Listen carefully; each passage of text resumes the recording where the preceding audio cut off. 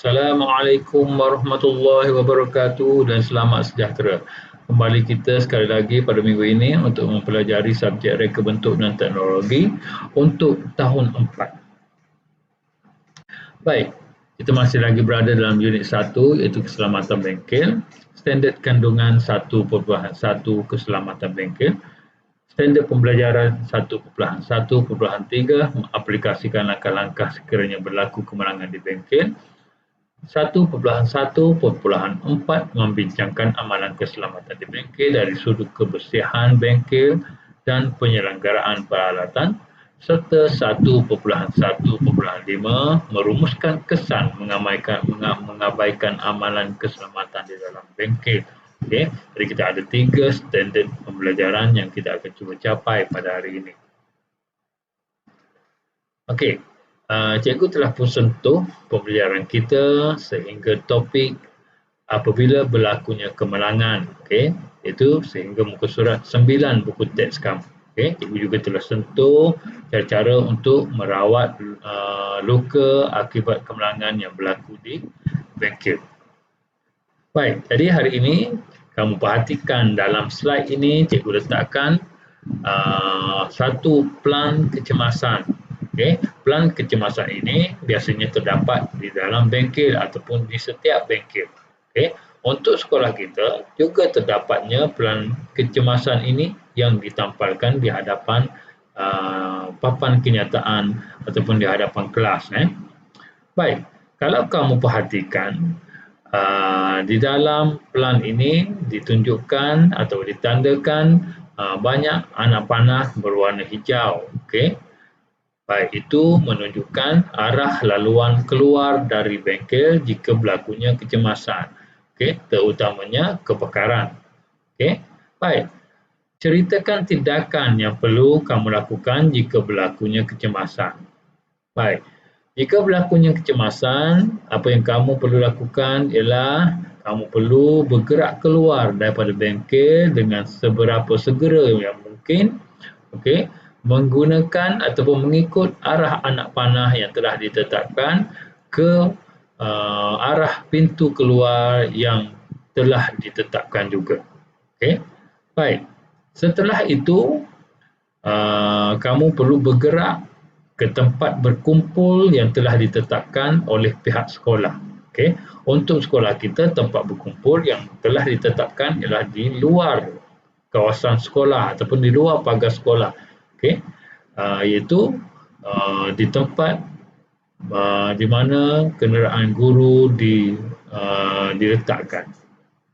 Baik, itu ialah tindakan yang perlu kamu lakukan. Jangan berlengah untuk keluar daripada bengkel jika berlakunya kecemasan. Tinggalkanlah mana-mana alat barang-barang yang tidak penting untuk kamu bawa dan segeralah keluar dari bengkel semasa kecemasan berlaku.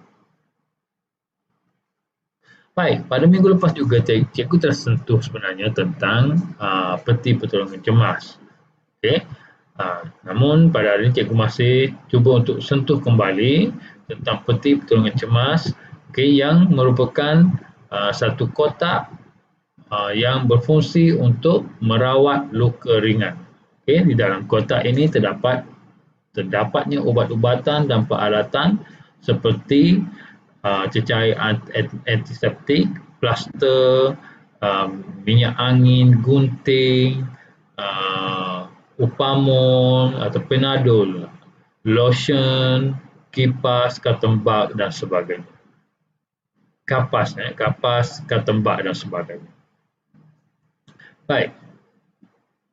Di dalam bengkel biasanya ia diletakkan di tempat yang senang untuk dicapai ataupun dilihat oleh semua yang berada di bengkel.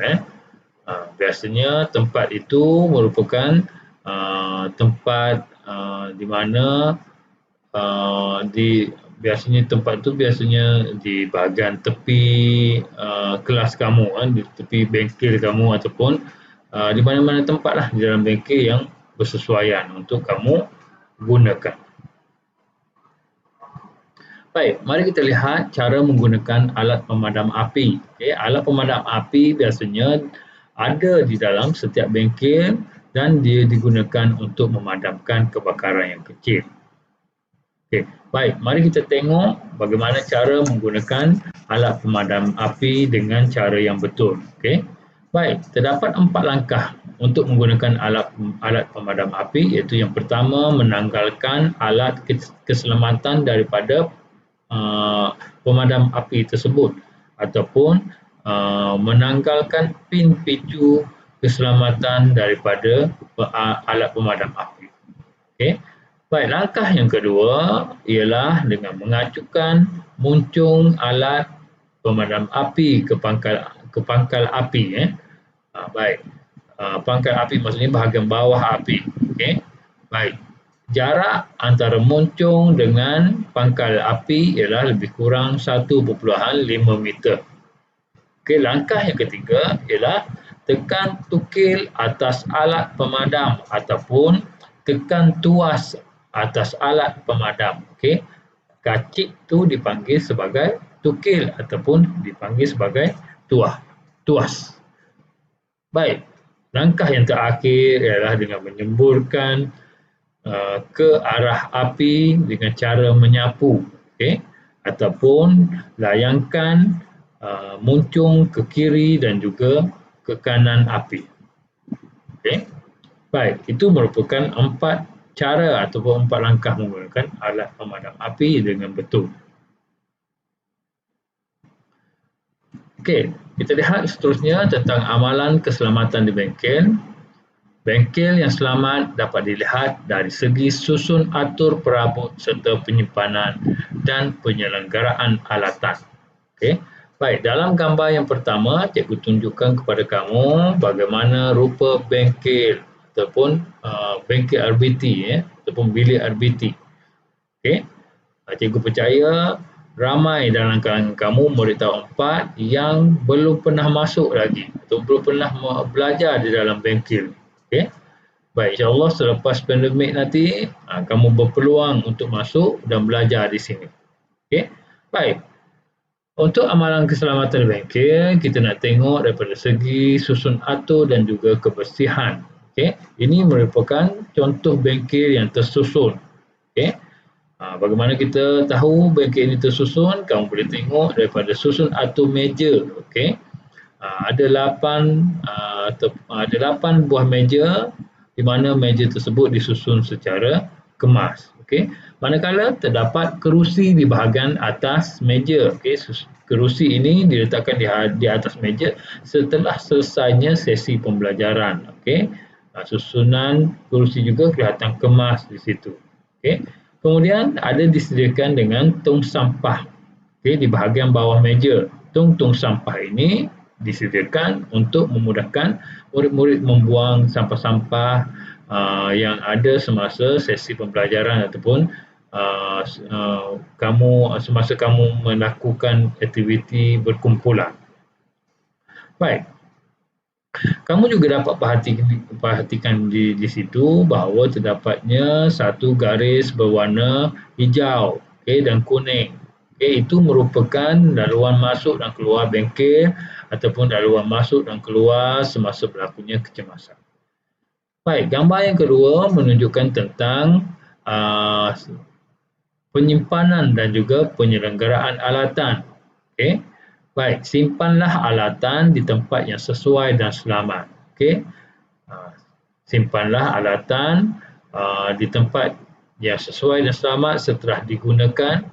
Di dalam bengkel biasanya terdapatnya rak dan juga laci untuk menyimpan alatan-alatan ini. Baik.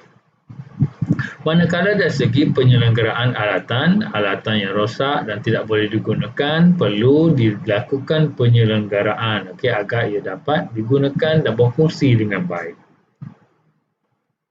Kita tengok contoh penyelenggaraan alatan. Antara alatan-alatan yang boleh diselenggara adalah seperti gunting, papan kunci, pen 3D, pisau, gergaji dan sebagainya. Alatan-alatan ini perlu diselenggara supaya kita dapat menggunakannya dengan baik.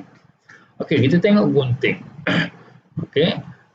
Gunting diselenggara dengan membersihkan kotoran menggunakan reja kain atau berus yang sesuai. Okey, biasanya ada gam-gam yang melekat pada bahagian bahagian gunting ini. Baik, yang kedua, gunting yang berkarat perlu dititiskan minyak, supaya ia dapat berfungsi. Untuk papan kekunci pula, bersihkan habuk dan kotoran dengan menggunakan berus atau penyedut habuk kecil agar habuk-habuk dan kotoran yang melekat dapat dikeluarkan. Manakala papan kekunci juga boleh dibersihkan dengan mengelap papan kekunci menggunakan kain lembut yang lembap. Okey, kita tengok juga pin 3D. Pin 3D dalam gambar tersebut ditunjukkan pin 3D bersama dengan filamen refill ataupun ubat dia. Kita panggil ubat, tapi sebenarnya itu dinamakan sebagai refill, filamen refill. Baik, cara membersihkannya ialah dengan membersihkan bahagian tip pen 3D menggunakan span basah. Okey. Alat ini kerap kamu akan gunakan untuk pembelajaran RBT. Okey. Baik. Seterusnya pisau. Okey, cara membersihkannya ialah atau menyegaranya ialah dengan membasuh menggunakan air sabun menggunakan span yang lembut. Okey. Itu cara untuk menyelengara alatan-alatan ini. Okey, macam cikgu sebut tadi, ada banyak lagi alatan yang perlu ataupun boleh kita selenggarakan. Baik, apa yang berlaku jika saya mengabaikan amalan keselamatan? Okey, terdapat beberapa punca berlakunya kemalangan di dalam bengkel, okey, yang menyebabkan kesan yang buruk kepada diri kamu sendiri. Okey. Baik, yang pertama ialah masuk ke bengkel tanpa kebenaran guru. Okey. Baik, apa yang akan berlaku? Apa kesannya? Okey. Boleh berlaku kecederaan atau kehilangan barang semasa guru tiada. Okey. Maksudnya kamu masuk ke bengkel dan bermain-main dengan alatan-alatan di dalam bengkel. Di dalam bengkel memang terdapat banyak alatan. Alatan-alatan pula ada yang berbahaya. Okay. Jadi perlu masuk ke bengkel dengan kebenaran guru. Okay. Tunggu guru ada baru masuk. Okay. Baik, yang kedua, membawa beg masuk ke dalam bengkel merupakan punca berlakunya kemalangan. Okay. Kenapa? Baik, apakah kesan dia? Kesannya ruang kerja akan menjadi sempit dan menghalang laluan. Okay. Kita punya bengkel tidaklah terlalu besar. Okay. Jadi kita memerlukan ruang kerja yang luas, okay, dan laluannya tidak terhalang. Baik, yang ketiga, punca berlakunya kemalangan adalah dengan tidak membuka pintu dan tingkap bengkel semasa kamu berada dalam bengkel untuk kerja-kerja projek. Okey. Baik, kesannya akan tiadanya pengudaraan yang baik dan pencahayaan yang tidak cukup, okey, untuk kamu menjalankan aktiviti. Baik, punca yang keempat adalah menggunakan bahan tanpa berhemah. Okey, membazir, okey. Kamu sesuka hati menghabiskan barang yang diberikan, okey, tanpa berhemah. Okay. Kesannya akan berlakunya pembaziran terhadap bahan itu tadi. Baik, marilah kita imbas kembali apa yang telah kita pelajari sepanjang bab 1 ini atau unit 1 ini. Okay. Baik, yang pertama kita telah mengetahui tentang peraturan keselamatan diri, alatan dan juga bahan. Okay. Kita juga telah mengetahui maksud simbol dan juga tanda keselamatan. Okay. Yang ketiga, kita juga telah dapat mengaplikasikan langkah-langkah yang perlu diambil sekiranya berlaku kemalangan di bengkel. Dan yang keempat, kita juga telah membincangkan tentang keselamatan dalam bengkel dari aspek keselamatan, kebersihan bengkel dan penyelenggaraan alatan. Okay. Dan yang terakhir, kita juga telah dapat merumuskan kesan mengabaikan amalan keselamatan di dalam bengkel. Baik, sekian saja untuk hari ini. sebelum itu cikgu ada tugasan untuk kamu pada minggu ini, okey, iaitu cikgu akan berikan kepada kamu satu lembaran kerja yang cikgu hantar ke grup Telegram kamu masing-masing, okey, ke grup Telegram RBT. Baik.